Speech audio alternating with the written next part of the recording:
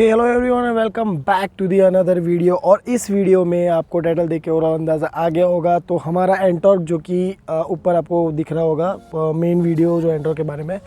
तो एंटॉर्क को 2 साल ऑलमोस्ट हो गए। 2 साल तो टेक्निकली नहीं कह सकते क्योंकि हाँ वैसे 2 साल हो ही गए, क्योंकि 19 के एंड में मैंने लिया था और अभी 2 साल कंप्लीट होने आए। और यहाँ तो कोविड के चलते काफ़ी कम यूज़ हो पाया, बट स्टिल फिर भी हमने उसको 22,000 अराउंड 22,000 किलोमीटर हम उसको चला चुके हैं। तो अभी हम लोग वही देखने वाले हैं कि क्या 22,000 किलोमीटर चलने के बाद एंटॉर्क स्टिल वही है जो पहले था और किस तरह का परफॉर्मेंस अभी दे रहा है। तो ऑनरशिप रिव्यू आज मैं यहाँ पे देने वाला हूँ कि पर्सनली मुझे कैसा लगा रहा है अभी एंटॉर्क चला के। तो मेरे पर्सनली क्या ओपिनियंस है। So this is BS5 model, I guess BS4 model. इसमें FI सिस्टम वगैरह नहीं है, तो इसको कुछ पॉइंट्स में हम लोग डिस्क्राइब कर लेंगे कि क्या कंडीशन वगैरह होने वाली है। तो सबसे पहले हम लोग बात करेंगे करंट कंडीशन के बारे में। तो चलिए सीधा एंटॉर्क पे ही चलते। तो here we have the scooter, the Ntorq. So चलो अभी मैं आपको दिखा देता हूँ ओवरऑल कि किस तरह की कंडीशन में है। अब हम लोग बात करेंगे ओवरऑल कंडीशन के बारे में। तो कुछ चीज़ें हैं जो मैं ख़ास दिखाना चाहूँगा।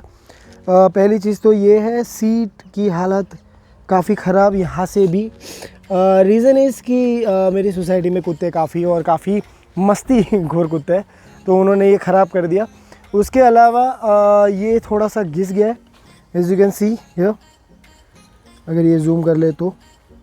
ओके, सो इसमें भी थोड़ा सा इशू हुआ है। उसके अलावा the main thing is this kind of scratches are everywhere, as you can सी।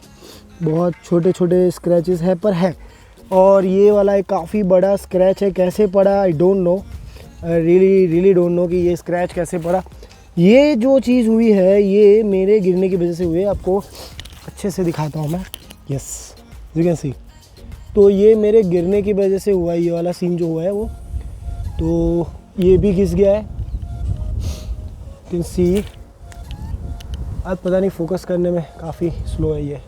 और ये वाला पोर्शन भी आपको दिख रहा है तो थोड़ा सा घिस चुका है, राइट। और यहाँ पर भी इसकी आंखें थोड़ी सी घिस गई है।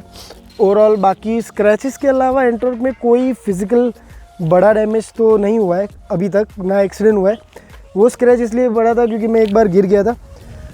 अभी कंसोल के बारे में एक बार देख लेते हैं कि किस तरह से हमको यहाँ पे क्या क्या चीज़ें हैं। और sorry for the sue because मैं सर्दी मेरे को हो रखी है थोड़ी सी।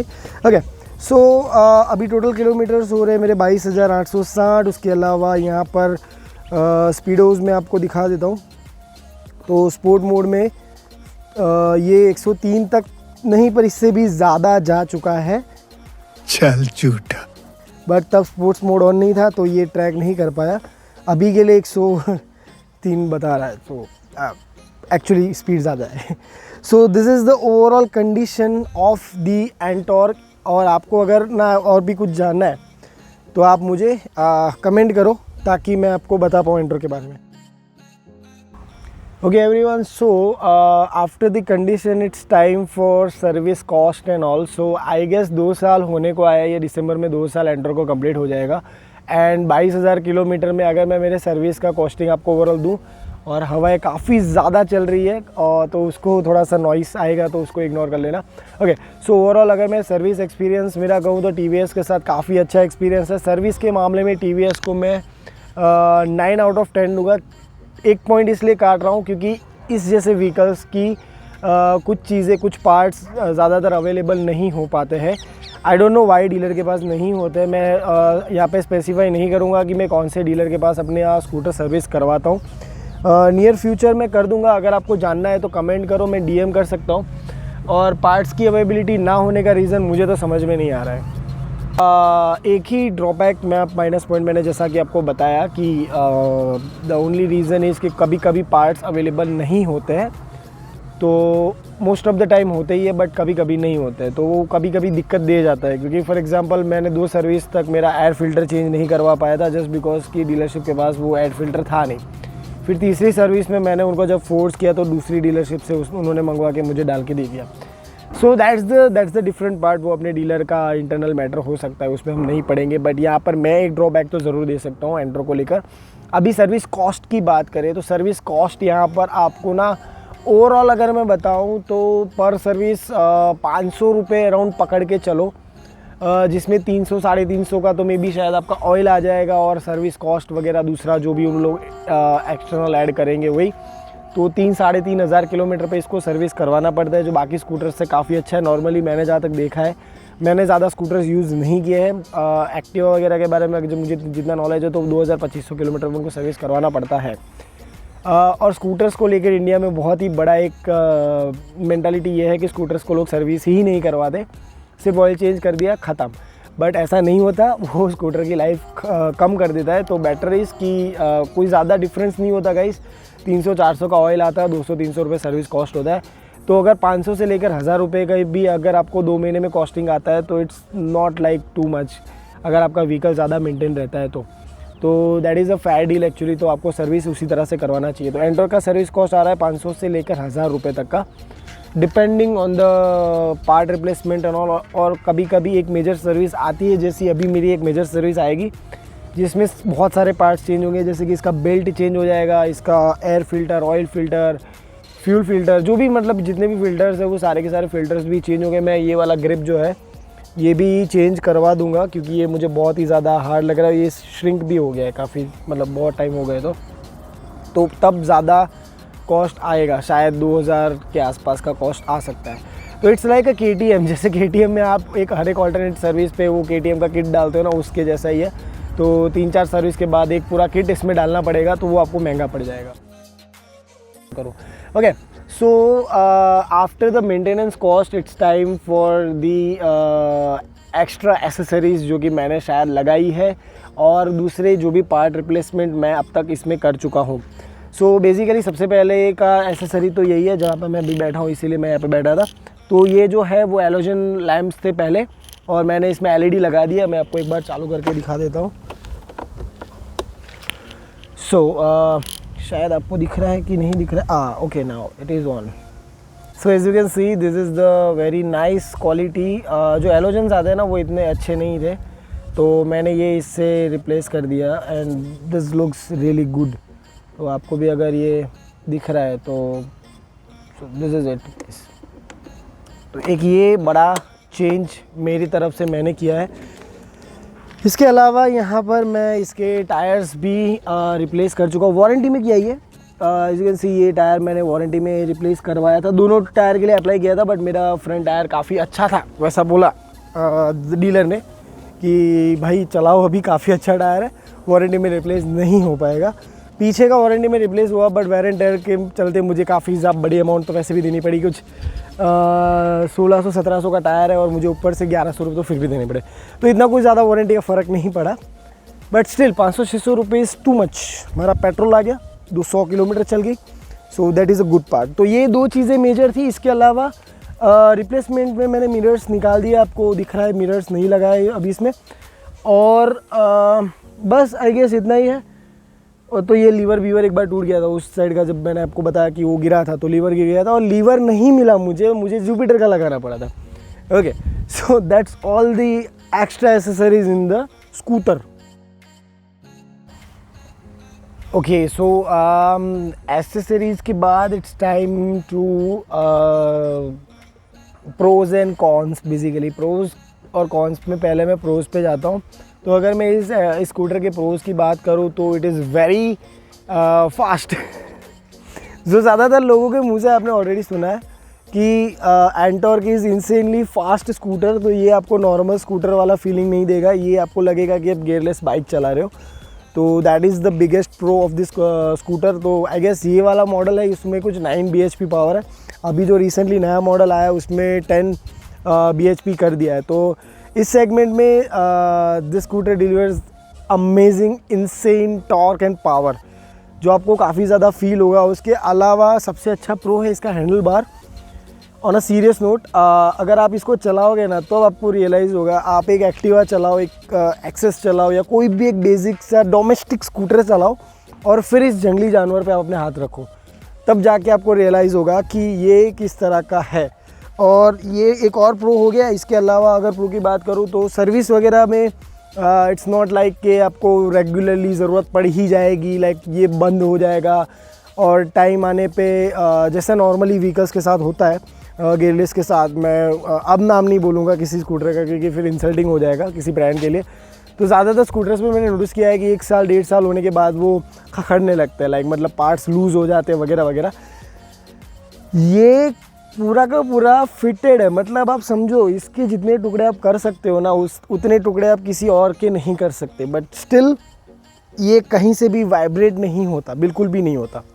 तो बेटर रेफरेंस मैं आपको दिखा दूँ कि ये कितनी जगह से जॉइंट है। सबसे पहले तो ये ले लो, ये जो बटन्स है ना ये कभी कभी लूज़ हो जाते हैं, बट यहाँ पर आप ना अगर मेटल बटन्स डाल दोगे ना तो ये कम्प्लीटली सेट हो जाएगा। उसके अलावा ये अलग पैनल है, ये अलग पैनल है, ये वाली पैनल पूरी अलग है, ये पूरा अलग है, ये पूरा अलग है।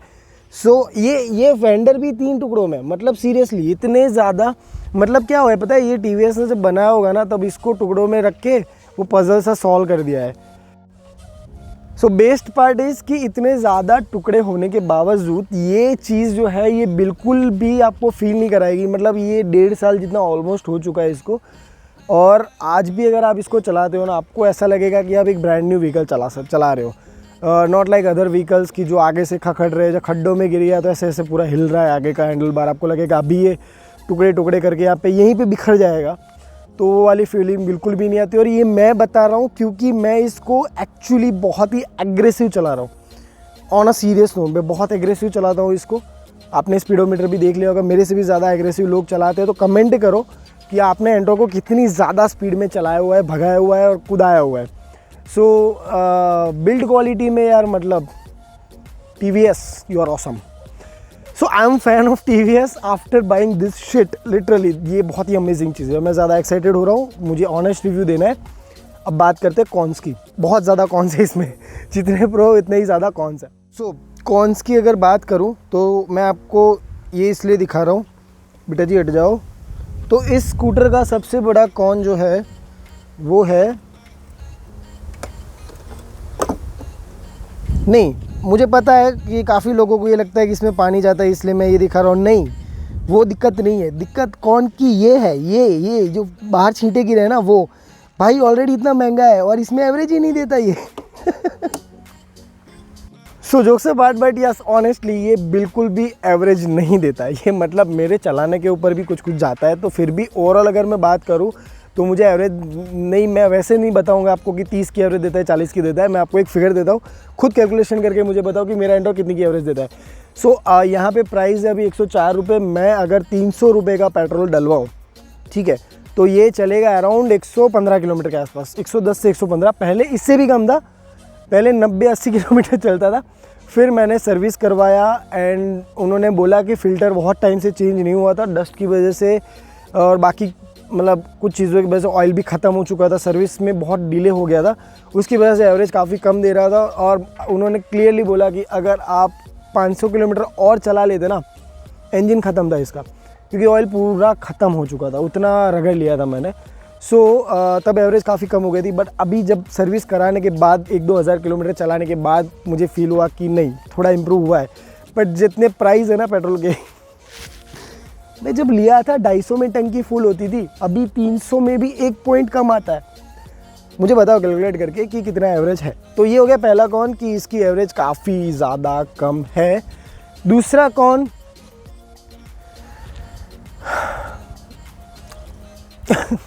ऑनेस्टली नहीं है, मजाक नहीं कर रहा हूँ यार, मतलब सोचना पड़ेगा। एक सेकंड मैं सोच के बताता हूँ। One eternity later.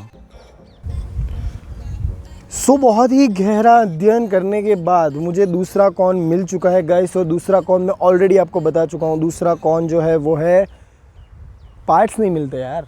कुछ चीज़ें तो इतनी छोटी है और नहीं मिलती है कि मतलब प्रॉब्लम्स हो जाती है। मैं दिखाता हूँ आपको, वेट। सो आपने अभी कंडीशन में देखा था कि मेरी जो सीट है वो ये डैमेज हो चुका है, यहाँ से इसका कलर भी थोड़ा सा फेड हो गया है और ये यहाँ पे से ये फट गया है, बराबर। अभी आप लोग ये सोच रहे होंगे कि मैं कितना गरीब इंसान हूँ कि फटी हुई सीट लेके चल रहा हूँ। पता है आपको कितने टाइम से मैं ये सीट लेके घूम रहा हूँ? मतलब जब से एंटोर्क लिया है ना, 2-3 महीने के बाद ही मेरे सोसाइटी के बहुत ही शाणे, बहुत ही नायाब कुत्तों ने सीट को ख़त्म कर दिया था। तो मैं तब से TVS को बता रहा हूँ कि प्लीज़ मुझे ये वाली सीट कवर दे दो, वो लोग बोल रहे कि विल सी। दूसरा कौन नहीं मिलता ये। ओके सो पार्ट्स अवेलेबिलिटी के मामले में पता नहीं क्यों बट टीवीएस एंटोर्क काफ़ी बिछड़ा हुई प्रजाति का जानवर लगता है। मैं टीवीएस से भी रिक्वेस्ट करूंगा, अगर टीवीएस में से कोई भी ये वीडियो देख रहे हैं तो गुजरात अहमदाबाद में कुछ करो गाइस, मतलब पार्ट्स अवेलेबल कराओ। हमारे जैसे राइडर्स यहाँ पर रहते हैं जिनको पार्ट्स चाहिए। चला सीबीआर में भी वही दिक्कत है, हम लोग यूनिक व्हीकल यूज़ ही क्यों करते हैं। मेरे को एक्टिवा लेना चाहिए था, सब मिल जाता है, उसका जुगाड़ भी हो जाता है काफ़ी अच्छा। Okay everyone, so I guess this is the end of this video. पर इसको एंड करने से पहले एक आखिरी क्वेश्चन और उसका आंसर मैं दे के निकलना चाहूँगा कि क्या ये वाला एंटॉर्क बेटर है या जो नया रिसेंटली जो रेस एडिशन बता दो, या फिर FI वाला जो वर्जन है वो बेटर है।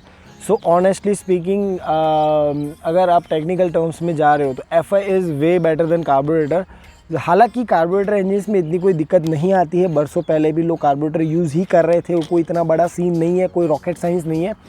बट स्टिल एनी डे आप फ्यूल इकोनॉमी को ले लो या फिर और भी कुछ चीज़ें, अगर आप पावर डिलीवरी वगैरह की अगर बात कर रहे हो तो FI is better than carburettor. इसीलिए शायद कार्बोरेटर की जगह FI ले रहा है, that is the only reason. So मेरे हिसाब से upgrade is a good thing, but मैं ये बताऊंगा कि अगर ये वाला एंटॉर्क है और आप अपग्रेड करके मतलब नया वाला एंटॉर्क ले रहे हो तो वही बात हो गई कि आपके पास iPhone 12 है और आप iPhone 13 ले रहे हो। That's all about this video guys. I hope कि आपको ये वीडियो काफ़ी ज़्यादा पसंद आया होगा। इस वीडियो में मैं काफ़ी एक्साइटेड था, पता नहीं कि मुझे बड़ा मज़ा आ रहा था इस वीडियो को शूट करते हुए। सो आई होप कि आप लोगों को भी बड़ा मज़ा आया इस वीडियो को देखकर। और भी अगर कुछ क्वेरी है TVS एंटॉर्क को लेकर या कोई भी अदर व्हीकल्स को लेकर तो प्लीज़ कमेंट करो नीचे, ताकि उसको लेकर भी मैं आपके लिए कुछ वीडियो या कुछ चीज़ लेकर आ सकूँ। सो that's all guys, I hope you like it the video. मैं फिर से ही बोल रहा हूँ। सो लाइक करो इस वीडियो को, सब्सक्राइब करो चैनल को, शेयर करो अगर आपको ये इन्फॉर्मेशन अच्छी लगी। आपको अगर ये लगता है कि आपके फ्रेंड्स के भी काम आ सकती है तो please share the video. And that's all, मिलते हैं अगले वीडियो में, तब तक के लिए tata bye bye, love you all, bye.